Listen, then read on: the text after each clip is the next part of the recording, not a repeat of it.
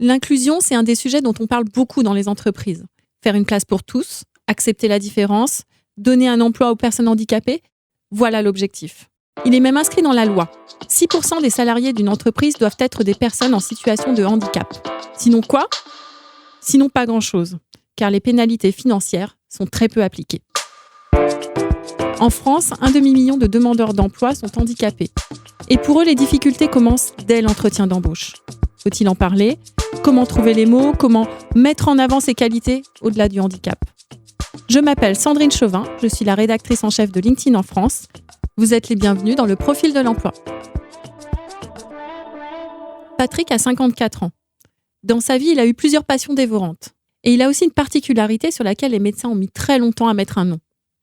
Aujourd'hui, il cherche un emploi dont le nom n'existe qu'en anglais. Research Analyst, un expert de la recherche sur Internet. Mais parmi toutes les formations que Patrick a suivies, la première était une école de journalisme. Il n'est jamais devenu reporter. Et pour cause. Ça s'est passé, je dirais, à la fois bien et pas bien. Ça s'est bien passé parce qu'effectivement, je me suis rendu compte qu'à l'écrit, j'avais des bonnes facilités. Là où je bloquais vraiment, c'est tout ce qui est de l'enquête terrain, aller au-devant des gens, aller faire des interviews. C'était en 90. Il y avait des mouvements de grève au niveau des universités. Et on nous avait demandé donc d'aller faire des interviews d'étudiants. Et là, je me suis rendu compte que moi, je ne pourrais pas faire des interviews d'étudiants, c'est pas possible, c'est pas dans ma nature, on va dire, quelque part. C'est pas que j'étais totalement asocial, puisque avec mes camarades de promotion, ça marchait très bien. Mais des inconnus complets, non. Au bout d'un an, Patrick arrête donc cette école. Et comme il parle anglais, il commence une mission dans une société d'assurance pour les automobilistes étrangers. Sa chance, c'est que tout se passe au téléphone. Je suis à la réception téléphonique, je prends leur appel, donc je note un certain nombre d'informations nécessaires pour informer leur compagnie d'assurance, et j'envoie par fax, je sais ça vous paraît un peu ancien le fax, mais c'était ça à l'époque, c'était par fax, donc j'envoie une sorte de message type à l'assureur pour l'avertir de l'accident d'accident qu'a eu son assuré, et pour lui demander qu'il confirme ses garanties, de savoir que cette personne est bien assurée chez eux. C'était quand même très routinier, ou alors c'était de la gestion administrative de dossiers, et là je me suis rendu compte que j'étais totalement à la ramasse. Puis je sais pas, j'avais pas le truc. C'était très ennuyeux. Pour moi en tout cas, c'était très ennuyeux. Je me dis, mais finalement, est-ce que je vais pas être une sorte de vagabond du marché de l'emploi ? Où est-ce que je vais atterrir ? De quoi va être fait demain ? Pour que vous compreniez mieux les doutes de Patrick à ce moment-là, il faut remonter dans le temps, jusqu'à son enfance. Nous sommes dans les années 70, quasiment personne ne parle d'autisme. Quand je commence à parler, ma mère se rend compte que quand les gens me parlent, je répète ce qu'ils racontent. C'est ce qu'on appelle l'écholalie. Donc, qu'est-ce qu'elle fait ? Elle m'emmène chez un psychologue qui me fait passer une batterie de tests d'intelligence et qui lui dit, vous savez, madame, votre fils... alors, j'ai dû tirer un peu pour avoir l'info exacte. Elle m'a toujours dit, le psychologue m'a dit que tu avais une intelligence supérieure à la moyenne. En l'occurrence, Patrick a un QI de 120. Mais ce n'est pas un diagnostic. Il faut qu'on se remette dans le contexte des années 70. Le seul autisme qui existe, c'est l'autisme de Kanner. C'est Dustin Hoffman dans Rain Man. Voilà. Et je suis absolument pas dans ce schéma-là. Il va falloir attendre 20 ans. 20 ans avant qu'il entende pour la première fois le mot Asperger. Et ça se passe bizarrement sur le forum de discussion d'un jeu vidéo. Parmi mes contacts, je me retrouve avec un jeune Français émigré au Canada qui suit des études de psychologie. Et ma compagne de l'époque rentre en même temps, quasiment 3 mois après, elle rentre en même temps que moi dans le jeu. Donc, elle croise également ce joueur-là dans le cadre de ses propres relations. Et ce joueur lui dit, mais t'es sûr que Patrick, il n'est pas Asperger ? Alors, Asperger, à l'époque, qu'est-ce que c'est que ce truc-là ? Et alors, du coup, au bout d'un moment, quand même, je me dis, mais on va quand même vérifier un truc. Je fais la recherche, mais vraiment lambda, qui consiste à aller sur Wikipédia et taper fr/wiki.com/Asperger. Et là, je tombe sur une description. Et là, j'ai une deuxième lumière qui s'allume parce que là, ça me correspond davantage. Avec les difficultés de communication, notamment la difficulté à comprendre tout ce qui est langage non verbal. Il y a également toute la partie avec ce qu'ils appellent les centres d'intérêt spécifiques, ce que moi j'appelle un peu mes loisirs monomaniaques. Et finalement, tout ça mis bout à bout, ouais, là, ça fait sens pour moi. C'est un neuropsychiatre qui confirme le diagnostic. Patrick est atteint de cette forme particulière d'autisme qu'on appelle le syndrome d'Asperger. Son intelligence n'est pas linéaire comme la plupart d'entre nous. Elle fonctionne en arborescence. Il arrive à rebondir très vite d'un sujet à l'autre. Et il y a une invention qui va lui ouvrir de nouveaux horizons professionnels, c'est le Minitel. Non seulement je sais que je suis fort sur ce truc-là, mais mes collègues se rendent compte assez rapidement que le Minitel et moi, c'est bon, je peux en tirer ce que je veux. Donc j'ai la collègue canadienne qui vient me voir pour me demander de lui donner le cours du dollar canadien en francs français. J'ai ma chef de service qui vient me voir pour avoir les résultats du bac de son fils. Je suis sur une espèce de plaque tournante de l'information. Bon, comme j'ai une certaine aisance rédactionnelle en plus, ça me permet d'avoir une conversation, on va dire normal. Enfin bon, je sais pas, ça veut pas dire grand-chose normal, mais j'ai plus d'aisance à converser avec les gens via l'écran et le clavier qu'en direct. Et petit à petit, Patrick va découvrir le domaine pour lequel il est fait, l'intelligence économique, la veille stratégique. Je suis comme les chercheurs d'or dans l'Amérique de 1830. Je suis avec mon tamis, je racle le fond pour récupérer les cailloux, et ensuite je fais tourner mon tamis pour trier entre ce qui relève du gravier sans intérêt et ce qui pourrait être une pépite d'or. Patrick se met même à faire du profiling. Écoutez comment ça marche quand il travaille pour un service de ressources humaines, par exemple. La recruteuse me transmet par mail les CV du candidat et je me rends compte qu'à partir du CV du candidat, on peut parfaitement dresser son profil psychologique. Celui qui m'a marqué, c'était une personne, en regardant son parcours, j'ai dit, celui-là, c'est un type, si on le met sur un projet, il va mener le projet à terme, quelles que soient les difficultés qu'il va rencontrer, quels que soient les obstacles qui vont se mettre sur sa route. Et effectivement, il s'est comporté comme un bulldozer.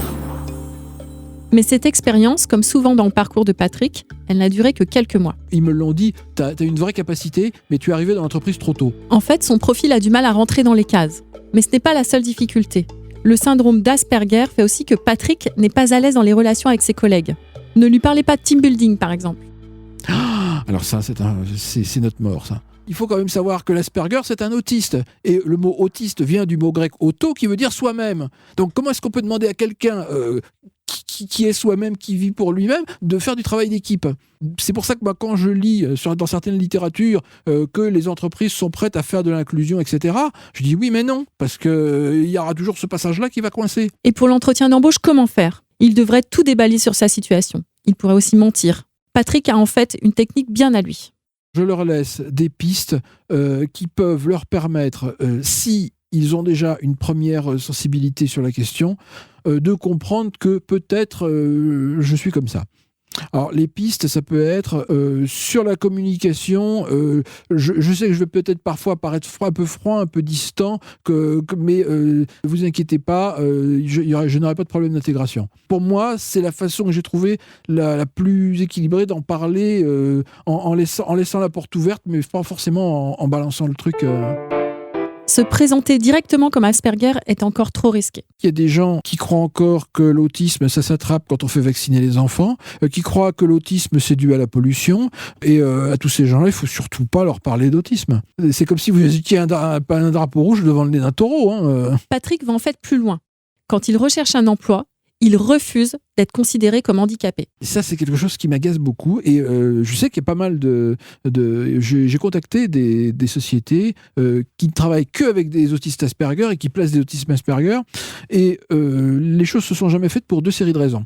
La première, c'est que les postes qu'ils proposent sont principalement des postes de codage en informatique, auxquels je ne connais absolument rien. Et le deuxième blocage, c'est qu'on me demande une RQTH, reconnaissance de la qualité de travailleur handicapé. Et moi, me qualifier d'handicapé, je suis désolé, mais non. Ça, c'est pas une question de fierté personnelle, attention. C'est parce que j'estime que je fais des choses que les autres font pas. Donc, à la limite, les handicapés, ça devrait être eux, pas moi.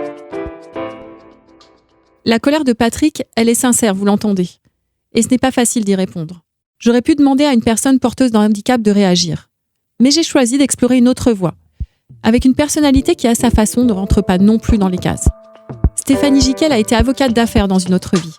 Mais cette femme à la détermination incroyable est aujourd'hui une aventurière. Elle a notamment traversé l'Antarctique via le pôle Sud et elle a couru 7 marathons en 7 jours consécutifs à travers le monde. C'est aussi une femme engagée et sensible aux autres. Elle soutient l'association Petit Prince qui réalise les rêves d'enfants gravement malades.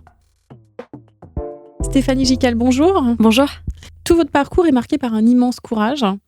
Mais quand on écoute le témoignage de Patrick, lui aussi fait preuve d'un immense courage dans sa recherche d'emploi. Oui, il a beaucoup de courage et c'est vrai qu'on le voit, on l'entend à ses propos. Il a vécu beaucoup de vies professionnelles différentes. Il a souvent été dans des situations inconfortables qui l'ont amené à changer. Par contre, il se cristallise peut-être un peu trop sur ses faiblesses, parce qu'après tout, le recruteur qu'il a en face de lui a aussi des faiblesses. Donc il faut savoir que quand on va chercher un emploi, on a aussi des forces. Il faut juste trouver l'emploi qui corresponde à ses qualités. Dans vos aventures sur l'épaule ou lors de vos marathons, vous avez prouvé qu'on peut pousser son corps au-delà de ses limites.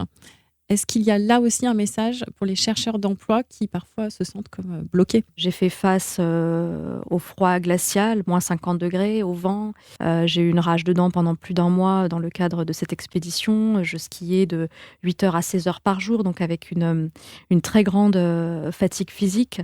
J'ai connu aussi beaucoup d'obstacles en amont quand j'ai monté le projet. On me disait pour une femme, c'est impossible. On me disait qu'une telle expédition aussi longue, aussi engagée n'avait jamais été réalisée, donc je ne serais pas capable de la monter, de la réaliser. Mais je suis convaincue que quand le point de départ est très loin du point d'arrivée, de l'objectif, vous développez une capacité de persévérance, une force de travail qui est absolument hors du commun. Et moi, je pense que c'est vraiment une chance parce que vous apprenez à persévérer, à travailler encore plus. Pour Patrick, la principale difficulté, c'est de passer la barrière de l'entretien d'embauche, notamment parce qu'il doit parler de son handicap ou parfois il faut parler de son handicap. Est-ce que vous auriez un conseil pour surmonter cette étape ? Alors, dans l'entretien d'embauche, je pense qu'il faut déjà, avant tout, montrer son intérêt, sa passion pour l'activité qui est proposée. Je crois que c'est ce qui fait vraiment la différence quand on est en entretien, c'est que le recruteur a envie de voir qu'on est vraiment passionné. Au-delà même des diplômes, c'est vraiment la passion qui compte avant tout, l'envie. La relation entre un recruteur et un potentiel recruté, c'est comme toute relation humaine. C'est à un moment donné une rencontre. Cette rencontre, elle se passe bien ou non. Et pour qu'elle se passe bien, il faut aussi se montrer sous son bon jour, montrer ses qualités, et en particulier pour l'activité qu'il recherche. Alors évidemment, s'il recherche une activité où la communication avec les autres est la première qualité requise, ça va être très compliqué. Mais toutes les activités ne nécessitent pas cette qualité en premier. Donc il faut qu'il trouve l'activité qui va lui permettre de mettre en valeur ses ressources, ses qualités, ses forces. C'est ça qui est vraiment important. Il y a des handicaps qui se voient évidemment, mais il y en a beaucoup, notamment des maladies qui ne se voient pas. Je pense au diabète, à la bipolarité. Dans ce cas-là, est-ce que vous recommandez d'en parler quand même en entretien ? Déjà, en entretien, il faut avant tout être soi-même. C'est-à-dire que si la personne est plus à l'aise d'en parler, parce que elle sent qu'elle sera dans une meilleure relation ensuite durant l'exercice du contrat de travail, il vaut mieux en parler. Maintenant, c'est s'enfermer dans une case. Et c'est vrai aussi d'un CV. Je trouve qu'un CV enferme beaucoup dans une case. C'est très compliqué de se définir qui on est, qu'est-ce que l'on a fait, comment se définir. On se définit souvent par son activité, mais au final, on est beaucoup plus qu'une simple activité. Et il faut parfois toute une vie pour savoir dans quelle activité on sera le mieux. Moi, j'ai beaucoup changé dans mon parcours. Je suis passée du monde du droit au sport-aventure. Aujourd'hui, j'écris aussi beaucoup. Je suis sportive de haut niveau. Toutes ces activités m'ont construite, m'ont permis de mieux me connaître. Je crois que c'est la même chose pour Patrick et pour toutes les personnes qui demandent un emploi. Parfois, il faut pas avoir peur d'essayer quelque chose, de se tromper et puis de partir ailleurs. Les personnes porteuses de handicap doivent faire un énorme travail d'adaptation. C'est une force quand on y réfléchit. Est-ce que les recruteurs n'auraient pas tout intérêt à davantage utiliser cette compétence ? Alors, c'est sûr que quand on est face à un obstacle, on fait preuve de beaucoup de résilience. Alors, d'adaptation, de résilience aussi quand le handicap vous tombe dessus du jour au lendemain. Et ça, malheureusement, ça arrive lors des accidents. Donc, il faut effectivement s'adapter. Je pense qu'un recruteur, il cherche quelqu'un de persévérant, il cherche quelqu'un qui s'adapte, il cherche quelqu'un qui a une force de travail aussi hors du commun. Et puis après, tout dépend de l'activité dans laquelle il postule. Il parle à un moment donné de loisirs monomaniaques, donc d'un engagement total pour certaines activités. Il est probable que dans certains domaines professionnels, on cherche quelqu'un justement qui soit incollable sur tel ou tel domaine, telle ou telle activité, tel ou tel loisir. Et là, pour le coup, ce sera une force. Donc, c'est vraiment une question de regard sur la vie, une question de regard sur soi, garder une forme d'optimisme.